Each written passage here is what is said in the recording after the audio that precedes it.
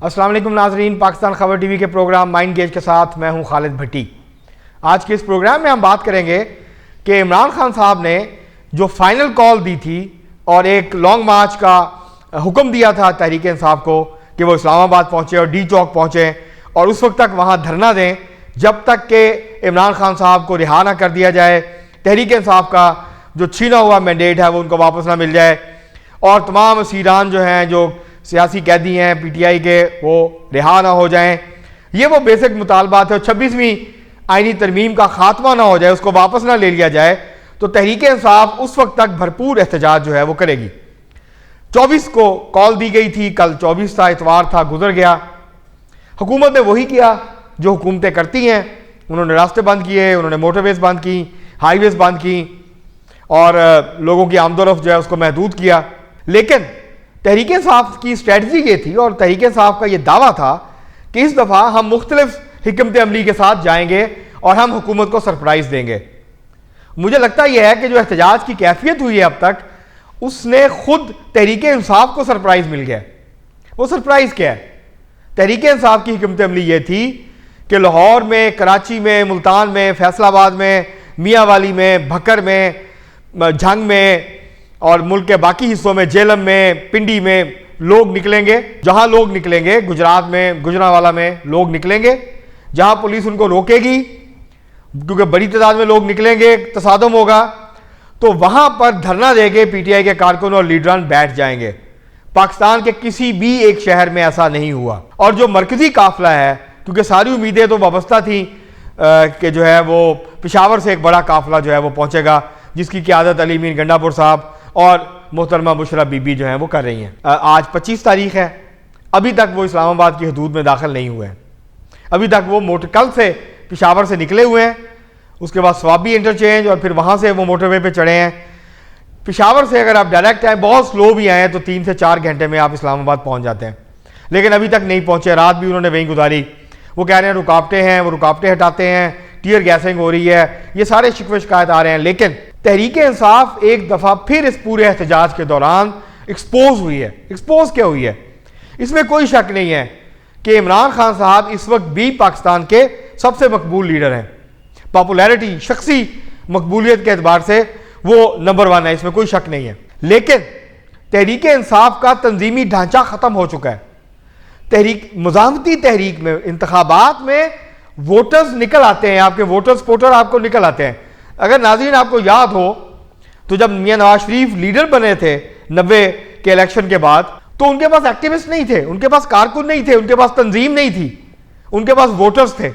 जो right wing का voter था वो उनकी तरफ टिल्ट कर गया, वो उनकी तरफ चला गया और वो पाकिस्तान में राइट विंग के एक बड़े लीडर के तौर पर उभरे। और ख़ासतौर पर पंजाब में जो राइट विंग था, जो दाएं बाजू के लोग थे, कदामत पसंद लोग हैं, वोटर्स हैं, उन्होंने मियां नवाज शरीफ को वोट दिया और वो उनके लीडर के तौर पे इमर्ज किया उन्होंने। तब हालत ये थी कि जब मुशर्रफ ने माशाल्लाह लगाया तो कोई एक आदमी, मतलब मासवाए मुशाहिदुल्लाह खान साहब मरहूम के, जो कराची में निकले और उन्होंने मार खाई है, 1-2 और लोग थे, पूरे पाकिस्तान में हू का आलम था, कोई बाहर नहीं निकला क्योंकि तंजीम नहीं थी। मुजाहमत करती है तंजीम, ट्रेंड सियासी कारकुन, तरबियत याफ्ता सियासी कारकुन हमेशा मुजाहमत करता है। वो पुलिस से लड़ता है, वो पुलिस से मार खाता है, अगले दिन फिर जो है वो जिस्म सहलाते हुए फिर मार खाने पहुंच जाता है, पुलिस के तशद्दुद बर्दाश्त करता है, जेल जाता है, जेल की रोटियां खाता है, लेकिन वो फिर अपना उसका जो इरादा होता है, क्योंकि उसकी पॉलिटिकल ट्रेनिंग हुई होती है, तो वो बाहर निकलता है, फिर अपनी जदोजहद का वहीं से आगाज कर देता है। तहरीक इंसाफ के पास जो कमी है वो ट्रेंड सियासी कारकुनों की है। जब वक्त था तो इमरान खान साहब ने अपनी पार्टी की तंजीम को मजबूत नहीं किया, सियासी कारकुनों की तरबियत नहीं की, तरबियत याफ्ता सियासी कारकुन नहीं बनाए। अगर इसका आप कंपैरिजन करें पाकिस्तान पीपल्स पार्टी से, जिसने ज़ियाउल हक के खिलाफ 11 साल तारीख साज जदोजहद की, शाही किले में लोग गए, अकूबत खानों में गए, तशद्दुद बर्दाश्त किया, 2-2, 3-3 साल जेलों में, पता नहीं चलता था कौन सा कारकुन किस जेल में है। इसके बावजूद रोज लाठीचार्ज होता था जब भी पीपल्स पार्टी वाले बाहर निकलते थे। एक सख्ती थी, 11 साल तक रही पाकिस्तान पीपल्स पार्टी, लड़ती रही, लड़ते लड़ते आधी रह गई। लेकिन क्योंकि तंजीम बहुत मजबूत थी, भुट्टो साहब एक पूरी खेप छोड़ के गए थे, सियासी कारकुनों की, तरबियत याफ्ता सियासी कारकुनों की, और ज़्यादातर सियासी कारकुन बाएं बाजू की ट्रेनिंग लेके आए हुए थे।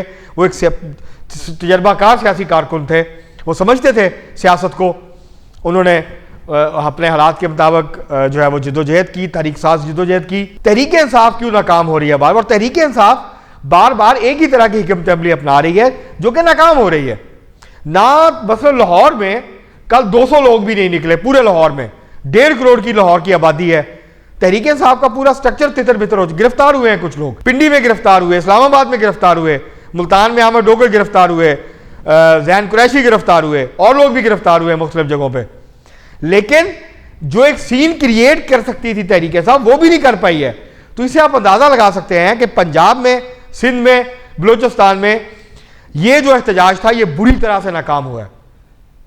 कोई पीटीआई जो है वो लोगों को बाहर नहीं निकाल पाई, और जो एक हाइप क्रिएट की हुई थी कि पता नहीं क्या हो जाएगा 24 नवंबर को, ना 24 को कुछ हुआ है ना 25 को कुछ हुआ है। हुकूमतें अपोजिशन की एहतजाजी तहरीकों के साथ यही किया करती हैं, अमूमी तौर पर यही कैफियत होती है। और इस वक्त क्योंकि दबाव है, तहरीक इंसाफ खौफ और हरास की एक फिजा है, तो हुकूमत और रियासत ये चाहते हैं कि ये फिजा कायम रहे और तहरीक इंसाफ उस दबाव को महसूस करती रहे जो उसके ऊपर इस वक्त है। वो दबाव हटाना नहीं चाहते, इसलिए वो कोई जो है वो उन्होंने एक जीरो टॉलरेंस की पॉलिसी जो है वो रखी हुई है। अब सारा दारोमदार है कि विली मीन, गंडापुर और बुशरा बीबी कितने लोग लेके पहुंचते हैं, कहाँ तक पहुंचते हैं, और ऐसा नहीं लगता कि उनको डी चौक पहुंचने दिया जाएगा। और मारा मारी होगी, रियासत अपनी ताकत इस्तेमाल करेगी, और फिर अली मीन गंडापुर साहब को दाएं या बाएं गली से निकलना पड़ेगा और उनको कहना पड़ेगा, कोई ना कोई बहाना बनाना पड़ेगा। तो तहरीक इंसाफ के जो बुनियादी टारगेट है, बुशरा बीबी साहबा ने निकलने से पहले कहा कि हम इमरान खान साहब को लेने जा रहे हैं, लेके वापस आएंगे। तो जो मेन टारगेट है वो है इमरान खान साहब की रिहाई।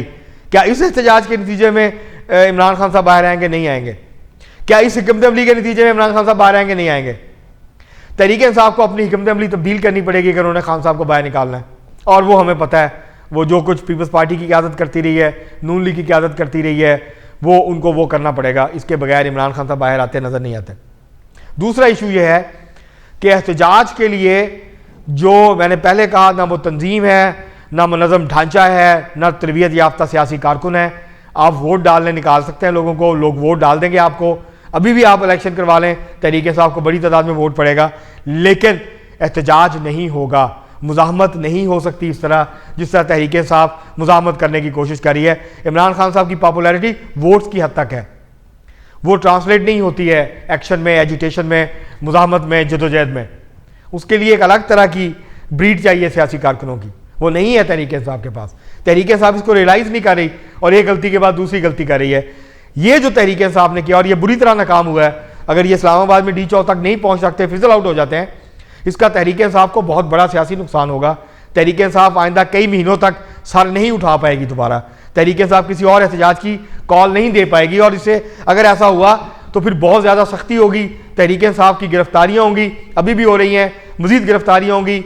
दर्जनों दहशतगर्दी के मुकदमात हो चुके हैं तहरीक इंसाफ की पूरी क़यादत के ख़िलाफ़। आज मुलाकात हुई है, अभी कोई ख़बर बाहर नहीं आई। बैरिस्टर गौहर और बैरिस्टर सैफ जो हैं, मोहम्मद अली सैफ, वो इमरान खान साहब को मिले हैं अडियाला जेल। अभी उसके बाद पता चलेगा कि क्या तहरीक इंसाफ अपनी हिकमत अमली को तब्दील करती है, पोस्टपोन करती है, मुज़ाकरात की टेबल पे आती है, या इसी तरह की हिकमत अमली बना के अपना जो सियासी नुकसान है वो करती रहेगी। अब तक के लिए इतना ही, बहुत शुक्रिया।